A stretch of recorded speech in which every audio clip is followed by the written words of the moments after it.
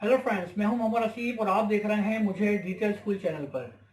दोस्तों, इस वीडियो का टॉपिक है टू चेकआउट। मैंने ये किया है कि इस वीडियो को मैंने अलग अलग सेगमेंट्स में डिवाइड कर दिया है। मतलब है तो पूरी एक वीडियो, लेकिन मैं आपको इसमें बताऊंगा टू चेकआउट क्या है, टू चेकआउट पाकिस्तान इंडिया में अलाउ है कि नहीं, इंडिया में तो अलाउ है लेकिन पाकिस्तान में अलाउ है कि नहीं, और क्यों हम टू चेकआउट यूज करें, पेपर ज़्यादा बेहतर है या टू चेकआउट ज़्यादा बेहतर है।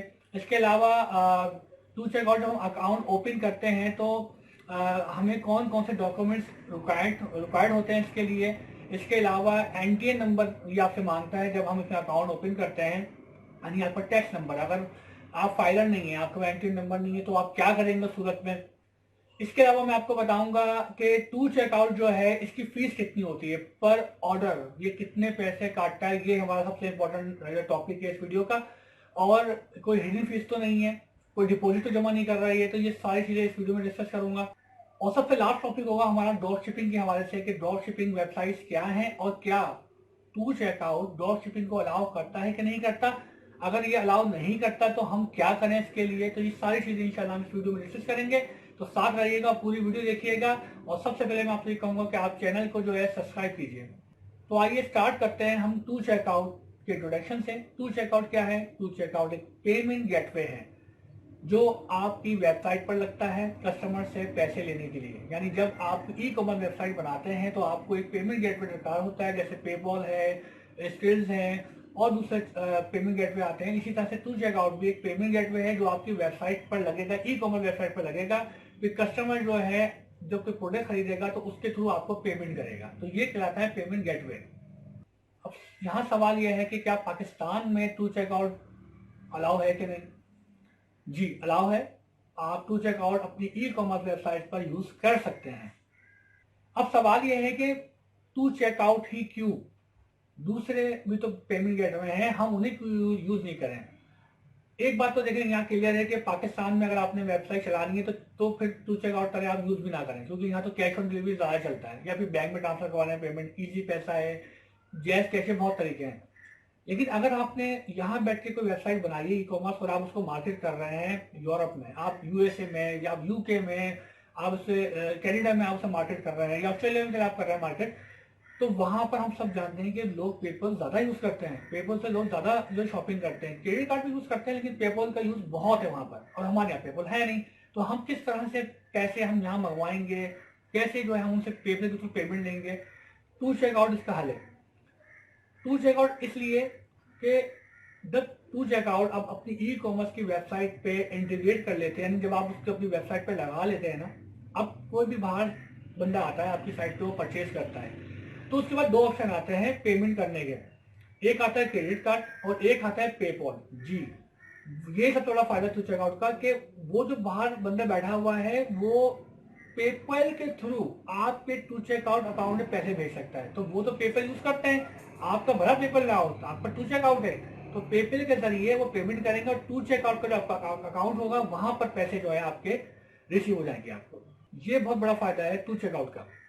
अब आपके माइंड में एक सवाल यहाँ पर आ रहा होगा कि टू चेकआउट में पैसे तो आ गए, हमारे हाथ में कैसे आएंगे, हम कैसे निकालेंगे उसको, पैसों को कैसे विड्रॉ करेंगे। देखिए, बैंक, आप बहुत आसानी से अपना बैंक अकाउंट टू चेकआउट पे ऐड कर सकते हैं। जब आपकी अमाउंट वहां आ जाए आप फिर अपने बैंक में ट्रांसफर कर सकते हैं और फिर तो मसला है, लोग आपका पैसे आपको मिल जाएंगे इजीली। तो मैं तो ऐसे ही करता हूँ भाई। अच्छा, यहाँ मैं आपको एक और पॉइंट समझा देता हूँ कि टू चेकआउट में अगर फर्स्ट करें आपके $25 पड़े हुए हैं, यानी सेल हो गई आपके पास $25 की, कल हो गई फिर $25 की हो गई, तो $50 आपके पास अकाउंट में आ गए।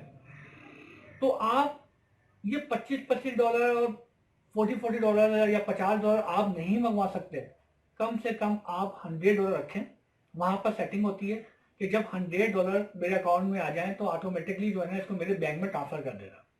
तो $100 की सेटिंग होती है, 150 की होती है, 120 की भी हो सकती है, ये आपके ऊपर है। लेकिन मिनिमम अमाउंट जो होती है ना, इतनी कम से कम अमाउंट $25, $20, इतने पैसे जो है आप विड्रॉ नहीं कर सकते, थोड़े पैसे जमा करने पड़ते हैं। तो मैंने आपको, मेरे माइंड में आया, मैंने आपको जो है ना ये पॉइंट भी समझा दिया। अब हमारा सवाल ये है कि जब हम अकाउंट ओपन करेंगे टू चेकआउट पे, तो हमें कौन कौन से डॉक्यूमेंट रिक्वायर्ड होंगे। एनआईसी जाता है आपका, एनआईसी इंग्लिश में होना चाहिए, मतलब स्मार्ट एनआईसी जो बन रहा है आजकल, तो वो जो है आपके होने चाहिए। उसमें सब इंग्लिश में आपका नाम वाम डेट ऑफ बर्थ वगैरह पढ़ लेते हैं। और आपका यूटिलिटी बिल, मतलब बिजली का बिल हो गया, गैस का बिल है, जो भी है, अगर वो आपके नाम पर हो तो बहुत ही अच्छा है, क्योंकि हर चीज़ प्रॉपर मैच हो जाएगी। क्योंकि आप जैसे बता अकाउंट खोलेंगे तो अपने नाम से खोलेंगे अकाउंट आप, तो आपका एनआईसी, आपकी बिल की कॉपी जाती है लास्ट 6 मंथ, मतलब 6 मंथ्स के दौरान जो भी बिल होगा आपका, वो आपने जो है जमा कराना होगा, वहां पर भेजना होगा। स्कैन कर लें, मोबाइल से फोटो खींच लें, आप उनको सेंड कर दें, सारे ऑप्शन वहां पर मौजूद होते हैं सेटिंग में जाके ना। अच्छा, अगर 6 महीने, मतलब 7वें महीने का आपने बिल जमा करा दिया है, 7 महीने पुराना बिल आपने जमा करा दिया है, तो वो एक्सेप्ट नहीं करेगा। ठीक है, एक तो ये इंपॉर्टेंट पॉइंट। अच्छा, अब सवाल ये है कि ये बिल क्यों मांग रहा है आपसे। इसको आपका एड्रेस वेरीफाई करना होता है। टू चेक अकाउंट में जब आप अपना एड्रेस डालेंगे ना, वहां पर आप टाइप करेंगे, तो वही एड्रेस वाला बिल कॉपी मांगेगा वो आपसे। तो एड्रेस पूरा क्लियर नजर आना चाहिए। अगर एड्रेस आपका जो बिल पर मौजूद है और जो आपने अकाउंट में डाला है ये मैच किए हुए, तो आपका अकाउंट अप्रूव नहीं होगा। पहली चीज तो मैं आपको ये बता दूं। अब सवाल यहाँ पर आता है एनटीएन नंबर का, यानी टैक्स नंबर का। ये आपसे टैक्स नंबर मांगता है। अब यहाँ पर हर कोई तो फाइलर नहीं है। हम टैक्स देते हैं, हम एक मोबाइल में बैलेंस लगवाने भी जाते हैं तो हमारा टैक्स कटता है, हम पिज्जा खाने जाते हैं तो भी हमारा जो है वहाँ पर टैक्स कट रहा होता है। लेकिन हम तो प्रॉपर फाइलर तो नहीं है, हर कोई प्रॉपर फाइलर तो नहीं होता, हर किसी का एनटीएन नंबर नहीं होता। तो ऐसी सूरत में वो आपसे एनटीएन नंबर मांगेगा, तो आपको क्या करना है, अपना एनआईसी नंबर वो दे दें आप। वहाँ ऑप्शन होते हैं मौजूद, वहाँ पर आपने करना ये कि एनटीएन नंबर पर डाल के आपने एनआईसी वहाँ सिलेक्ट कर लिया और अपना एनआईसी नंबर दे दिया, तो वो आपका एनटीएन नंबर का काम करेगा। तो ये मसला भी सॉल्व हो गया आपका। अब हमारा सबसे इंपॉर्टेंट पॉइंट है, वो है टू चेक आउट की फीस। कितनी फीस है और कब कब ये पैसे डिटेक्ट करेगा, कितने परसेंट करेगा। देखें, टू चेकआउट में जब आप अकाउंट खोलेंगे ना, तो 3 टाइप्स होती हैं इसकी। ठीक है, आपने 3.5 वाली जो टाइप है ना, जिसमें 3.5% कट रहे हैं, वो आपने लेनी है, क्योंकि प्रोडक्ट वगैरह सेल करने के लिए ये बेस्ट है। मैंने खुद ये सिलेक्ट की है। हर ऑर्डर पे ये 3.5% काटेगा। इसके अलावा ये 0.35 सेंट यानी 35 सेंट जो है ना आपके ये अलग से काटेगा। यानी अगर आपका ऑर्डर $100 का है तो $3.5 आपके ये चलेगा, ये फीस चली गई, और 0.35 यानी 35 सेंट या अलग से आपके चलेगा। तो ये तो होगा इसकी फीस, हर ऑर्डर पे ये काटेगा। इसके अलावा एक और चीज है जो अक्सर लोग नहीं जानते टू चेकआउट के बारे में, कि ये आपका डिपॉजिट भी काटेगा। मतलब ये करता ही है कि अगर आपके $100 का ऑर्डर है मिसाल के तौर पे, तो 3.5% गए, 0.35 यानी 35 सेंट भी गए। इसके अलावा 3% और ये अपने पास रखेगा डिपॉजिट के तौर पे। ये करता क्यों ऐसा। लेकिन टू चेक आउट मेरे लिए नहीं बैठा हुआ, वो बैठा हुआ है कस्टमर के लिए। उसे कस्टमर बहुत प्यार है। अगर bill first customer product return करना चाहता है या प्रोडक्ट में कोई प्रॉब्लम हो जाती है, तो उसे वापस पैसे चाहिए होंगे। अगर आप नहीं भरेंगे तो टू चेकआउट भरेगा। टू चेकआउट जो है ना, वो अपने क्लाइंट खराब नहीं करता हमारी वजह से, पहली चीज। इसीलिए वो सिक्योरिटी डिपॉजिट जमा कर लेता है 3%। ठीक है, इसमें एक अच्छी चीज है, वो ये कि जब 3 महीने तक यानी 90 डेज तक अगर क्लाइंट की तरफ से कोई क्लेम नहीं आया या रिटर्निंग का कोई भी इस तरह का मैसेज उसे रिसीव नहीं हुआ, तो वो 3% जो उसने डिपॉजिट किए होंगे अपने पास, ये आपको वापस कर देगा। ये सबसे अच्छा पॉइंट है इसका। यानी फीस वही हो गई 3.5 और 0.35 सेंट। अब लास्ट टॉपिक है ड्रॉप शिपिंग।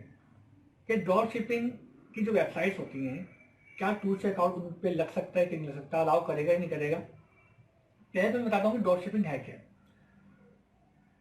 आपने किसी की प्रोडक्ट उठाई, शर्त यह कि वो ड्रॉप शिपिंग सर्विस दे रहा हो, तो आपने किसी की वेबसाइट पे जाके उसकी प्रोडक्ट उठाई और अपनी वेबसाइट पे लगा दी अपने प्राइस पर। अपने प्राइस यानी आप एक तरह से रिटेलर बन गए, यूँ समझ लें आप। ठीक है, जैसे अली एक्सप्रेस है, अली एक्सप्रेस से बहुत से लोग प्रोडक्ट उठा रहे हैं, और जैसे $10 के प्रोडक्ट अली एक्सप्रेस दे रहा है, तो आप उसको अपने पास $15 की लगा देते हैं। कस्टमर आपकी साइट पे आएगा, उसको पता भी नहीं होगा ये प्रोडक्ट कहाँ पड़ी हुई है, वो आपसे $15 की ले लेगा। फिर आप वो ऑर्डर प्लेस कर देंगे कहाँ पर, अली एक्सप्रेस को। तो ये कहलाती है ड्रॉप शिपिंग। यानी आपने कहीं से ऑर्डर पकड़ा, ऑर्डर किसी का था, प्रोडक्ट किसी की थी, बंदा आपके पास आया, आपने अपना कमीशन रख लिया। ये ड्रॉप शिपिंग की एक बहुत इजी एग्जाम्पल मैंने आपको दी है। अब सवाल ये है कि टू चेकआउट हम ड्रॉप शिपिंग की वेबसाइट पे लगा सकते हैं कि नहीं लगा सकते, वो अप्रूव करेगा कि नहीं करेगा। मैंने एक वीडियो में देखी थी, यूट्यूब पे देखी थी, उसमें वो बता रहे थे कि टू चेकआउट ड्रॉप शिपिंग की साइट को अलाउ नहीं करता। ये गलत है। मेरी वेबसाइट है ड्रॉप शिपिंग की, मैंने AliExpress से प्रोडक्ट ले रखी है और टू चेकआउट अपनी साइट पे लगा रखा है, उन्हें अप्रूव भी किया हुआ है। आज माशाल्लाह 6-7 महीने हो गए मुझे तकरीबन, लेकिन अभी तक कोई ऐसा क्लेम में कोई ऐसी प्रॉब्लम नहीं आई और साइट मेरी चल रही है, टू चेकआउट उसमें लगा हुआ है। मैंने किया क्या था, लेकिन मैं आपको पहले एक चीज यहाँ पर बताता हूँ। देखिए, कोई भी नई वेबसाइट अगर आपकी होगी ना ड्रॉप शिपिंग की, मतलब जो चलती हुई वेबसाइट नहीं है, अभी आपने बनाई है 1 महीने पहले, अभी कोई सेल भी नहीं हो रही है, तो ऐसी साइट को तो अलाउ नहीं करेगा। लेकिन अगर एक ड्रॉप शिपिंग की साइट आपने बना दी, 1-2 साल हो गए बनाए हुए, अगर वो चल भी रही है और उसमें सेल वगैरह आपकी हो रही है थोड़ी बहुत, तो आप टू चेकआउट लगा सकते हैं। वैसे बात है, वो भी तो कमाने बैठा ना यार, तो आप उसे यूज कर सकते हैं किसी पुरानी ड्रॉप शिपिंग की साइट को। अब मैंने क्या किया,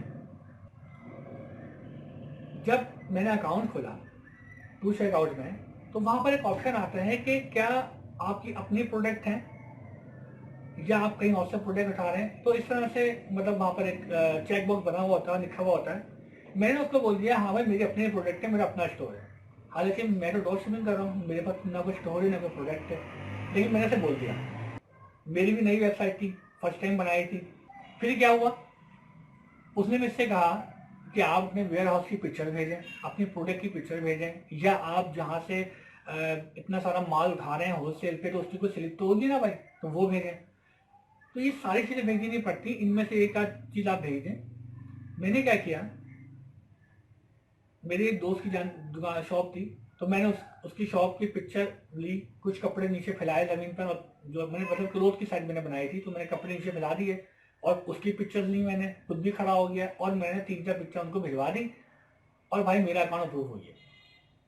तो ये है वो टिप। तो अगर आप ड्रॉप शिपिंग वेबसाइट बना रहे हैं, टू चेकआउट आपको लगाना है। मैं फिर बता रहा हूँ, टू चेकआउट बहुत काम की चीज़ है अगर बाहर कंट्री में आपको सेल करनी है, क्योंकि पेपल से पेमेंट इसमें हो जाती है और आपका पेपर होना जरूरी नहीं है। तो इस वजह से जो है ड्रॉप शिपिंग जो साइट बना रहे हैं वो ये तरकीब लगा सकते हैं। और जो पुराने बैठे हुए हैं, अगर टू चेकआउट उन्होंने नहीं लगाया हुआ, तो वो अपनी साइट पे टू चेकआउट अप्रूव करवा लें। उनकी सेल वगैरह तो हो रही होगी, तो वो इजीली आपको अप्रूव कर देगा। तो दोस्तों, ये थी टू चेकआउट की कहानी। टू चेकआउट क्या है, किस तरह से इसमें वर्क करते हैं। तो अगर आपको मेरी बात समझ आ गई है, तो आप मेरी वीडियो को लाइक करें और कम से कम यार सब्सक्राइब कर दो मेरी वीडियो को। और इंशाल्लाह आइंदा आपके लिए और अच्छे अच्छे टॉपिक्स लेकर आऊँगा। अब तक के लिए इतना, चलता हूँ, अल्लाह हाफिज़।